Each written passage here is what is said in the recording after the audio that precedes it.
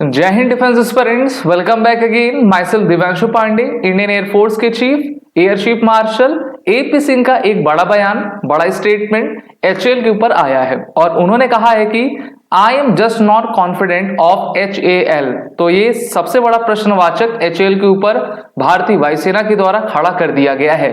तो पूरी स्टोरी क्या है, इसको हम आज की इस वीडियो में जानेंगे। शुरुआत करते हैं आज के सेशन के। डियर डिफेंस एस्पिरेंट, हम सभी जानते हैं कि इंडियन एयरफोर्स को जो पावर रहती है, चाहे वो टेक्नोलॉजिकल पावर हो या फिर इक्विपमेंट वाइज हो, मेनली वो इंडियन इंडस्ट्री के साथ दी जाती है। और भारत की 14th बनी हुई पीएसयू, जिसका नाम हिंदुस्तान एयरोनॉटिक्स लिमिटेड है, अभी वो उतना डिलीवर नहीं कर पा रही है जितनी रिक्वायरमेंट भारतीय वायुसेना को है। इसीलिए air chief marshal Amarpreet Singh ji को कहना पड़ा है कि we are just not confident of HAL. हम विश्वास नहीं रख सकते हैं एचएएल पर, ना ही हमारी रिलायबिलिटी आपके ऊपर है। तो ऐसा इनको क्यों कहना पड़ा है? तो सबसे पहले मैं आपको बता दूं कि लगातार जो डिलेस हैं डिलीवरी में एयरक्राफ्ट के, वो इंडियन एयरफोर्स के लिए चिंताजनक बात आपका बना हुआ है। अभी आप सभी जान रहे हो कि एरो इंडिया शो 10 फरवरी से लेकर 14 फरवरी 2025 में यलहंका एयरफोर्स स्टेशन बेंगलुरु में कंडक्ट किया जा रहा है। और यहां पर हमारे इंडियन एयरफोर्स के चीफ HJT 36, जिसका नाम यशस रख दिया गया है, ठीक है, इसका नाम रखा गया है YASHAS, यश, ठीक है। इस पर ये बैठे हुए थे और एचएएल के बहुत सारे ऑफिसर्स थे, पायलट्स भी थे जो कि एचएएल में आपका वर्क करते हैं। और हमारे चीफ और एचएएल के अधिकारियों के बीच में बात हो रही थी। कोई वीडियो रिकॉर्ड कर रहा था, वीडियो में जो है ऑडियो भी आपका ऑन था। तो इनकी जो बातें थी एचएएल के अधिकारियों के साथ, वो अब आपकी लीक हो गई है, यानी कि वो आपकी, हम कह सकते हैं कि अब सोशल मीडिया पर आ गई है। आप भी उस वीडियो को देख सकते हैं। अब इन्होंने इस वार्तालाप में क्या क्या इंपॉर्टेंट बातें कही हैं, इसको हम डिकोड करेंगे और जानेंगे कि किस प्रकार से राष्ट्रहित के लिए भी एक चिंताजनक बात है। इंडियन एयरफोर्स के चीफ एचएएल के ऑफिशियल से कहते हैं कि you have to alleviate our worries and make us more confident. ठीक है, आपको जो हमारी चिंताएं हैं दूर करनी होंगी और हमें भरोसा दिलाना होगा। इस समय मुझे एचएएल पर भरोसा नहीं है।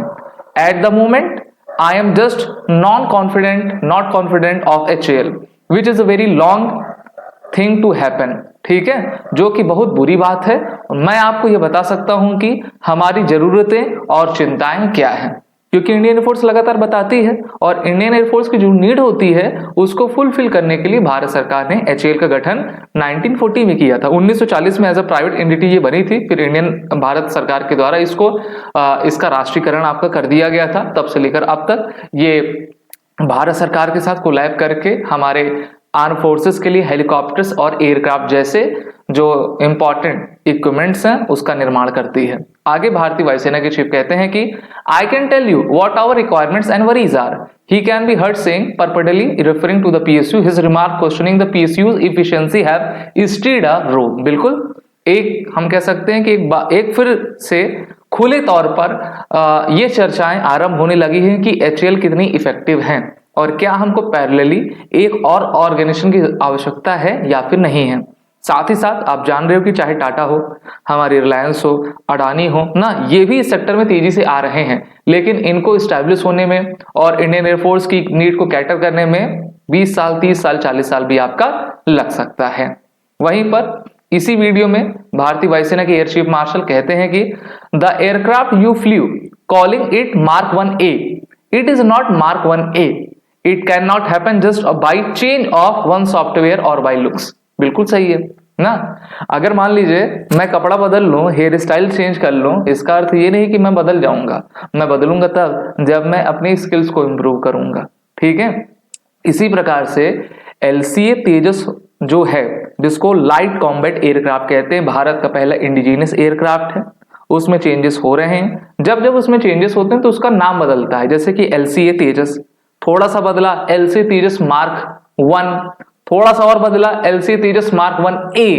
तो इन्होंने कहा है कि जो आपने हमको एयरक्राफ्ट दिया है और आप कह रहे हो ये LCA Mark 1A है, ये Mark 1A नहीं है। It can not happen just by change of one software और बाई लुक्स। आपने एक दो सॉफ्टवेयर चेंज कर दिया, थोड़ा सा इसकी लुक चेंज कर दी, स्टिकर विस्टिकर लगा दिया और आप कहा कि ये देखिए ये तो अपग्रेडेड है, ऐसा नहीं होता।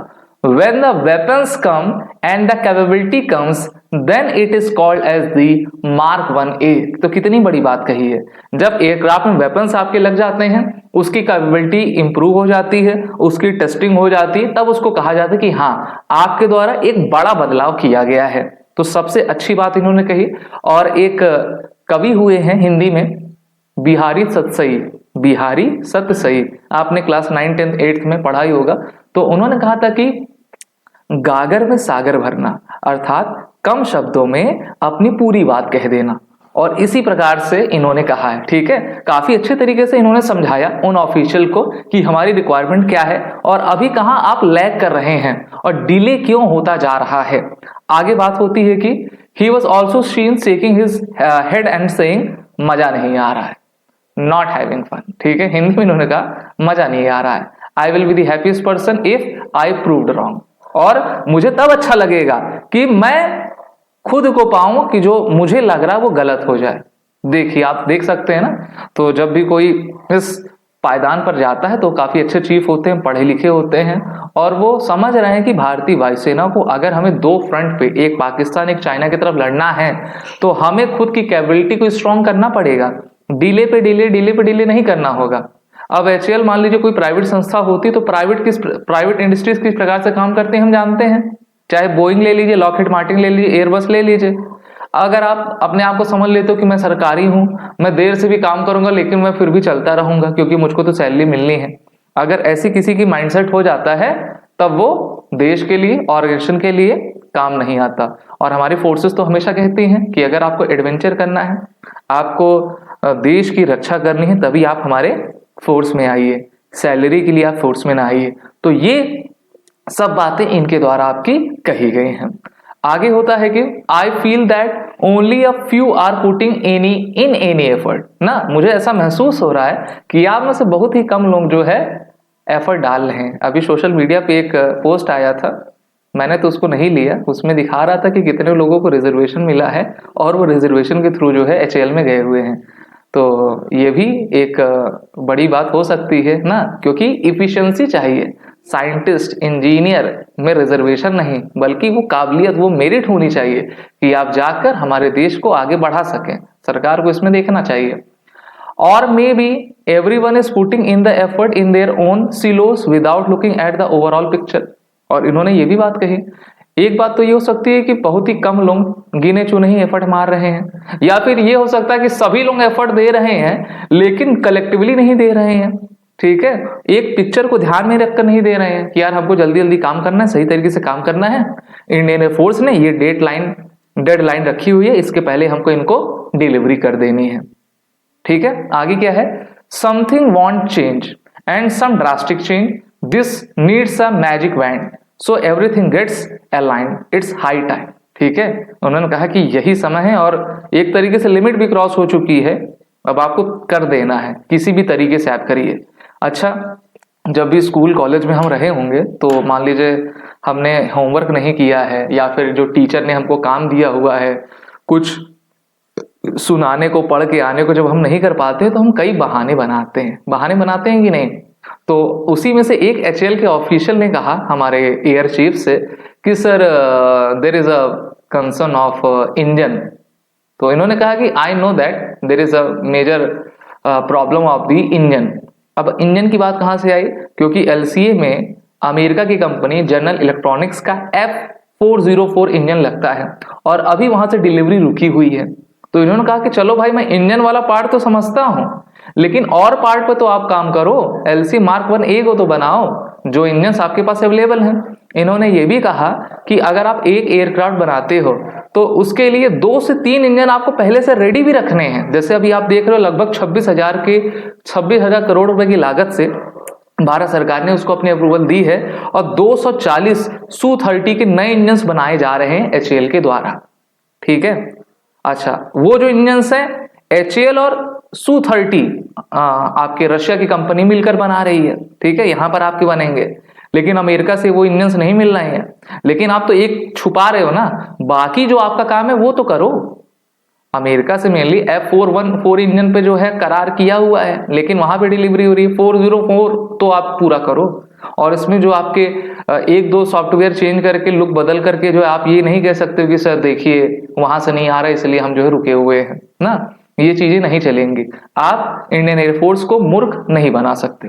कुछ टाइमलाइंस में देख लेता हूं और बताते हैं, जानते हैं कि इंडियन एयरफोर्स के चीफ के द्वारा, अमरप्रीत सिंह जी के द्वारा समय समय पर क्या बातें कही जाती रही हैं। जैसे सबसे पहले हम शुरुआत करते हैं अभी से, फरवरी 10 2025 से। HL is just not in mission mode. I was promised that when I came here in Feb 11 Tejas Mark 1 would be ready. Not a single one is ready. ठीक है, अभी हमको 11 आपके मिल जाने थे लेकिन एक भी तैयार नहीं है। और इन्होंने कहा तैयार उसको नहीं कहते हैं कि एक ऑफ सॉफ्टवेयर चेंज कर दिया, पूरा आप तैयार करके हमको दो। आगे पिछले साल अक्टूबर 2024 का बयान है, we were better than them China in technology also some time back but we have lack in that and we need to catch up. अर्थात हम पीछे हैं और हमको उनको कैचअप करना है, तभी हम कर पाएंगे जब हम अपने लॉजिस्टिक और टेक्नोलॉजी को एक साथ इंटीग्रेट करके जो है इंडियन एयरफोर्स की नीड को कैटर कर सके। जुलाई 2024 में इन्होंने कहा, आत्मनिर्भरता is what we are riding on but this can't be at the cost of nation's defence. बिल्कुल सही। अब आत्मनिर्भरता होने के चक्कर में आप 50 साल और लगा दीजिए। आपको मैं बता दूं, LC तेजस का जो प्लान था 1980 में शुरू हुआ था, 2016 में जाके वो पूरा हुआ है। ठीक है, 2016 के बाद से जितना हमको अभी एयरक्राफ्ट चाहिए लगभग 180 के करीब, वो पूरा नहीं हो पाया। 11 तो बन नहीं पा रहा, 180 की बात तो आप जाने दीजिए। आगे क्या होता है, HL which has also faced criticism from previous Indian Air Force chief, ठीक है, said Tuesday that it was confident of delivering at least 11 Tejas Mark 1A aircraft to the Indian Air Force by the end of March. The PSU is currently pursuing two major contracts. पहला तो 97 LC तेजस का है और दूसरा 156 light combat helicopter प्रचंड का है। ठीक है, अब जब ये तेजस नहीं दे पा रहे तो प्रचंड क्या देंगे। आपको मैं ये भी बता दूं कि हमारे जो एडवांस लाइट हेलीकॉप्टर ALH हैं, इनकी टोटल 330 हेलीकॉप्टर को ग्राउंड किया गया है, उनको HL के द्वारा बनाया गया है। उसमें शक्ति इंजन लगे हुए हैं फ्रांस के, डिजाइन में कोई कमी नहीं, लेकिन पता नहीं क्या हो रहा कि उनके भी एक्सीडेंट लगातार होते जा रहे हैं। तो जब भी कोई पायलट राइड करता है किसी भी हेलीकॉप्टर किसी भी प्लेन पे, तो उसको इतना कॉन्फिडेंस होना चाहिए कि भाई हमारी कंपनी ने बनाया है, मुझे कुछ नहीं होगा। ठीक है, लेकिन हम देखते हैं कि आए दिन जो है लगातार एक्सीडेंट होते रहते हैं, पायलट्स की जान जा रही है। The Indian force has ordered 83 Mark 1A fighters for 48,000 crore rupees in Feb 2021 and plans to buy 97 more Mark 1A at a cost of 67,000 crore rupees. तो 67 और 48 आपका 1,30,000 करोड़ रुपए के ऊपर जो है ये आपका पूरा चली जाती है इसकी कॉस्ट।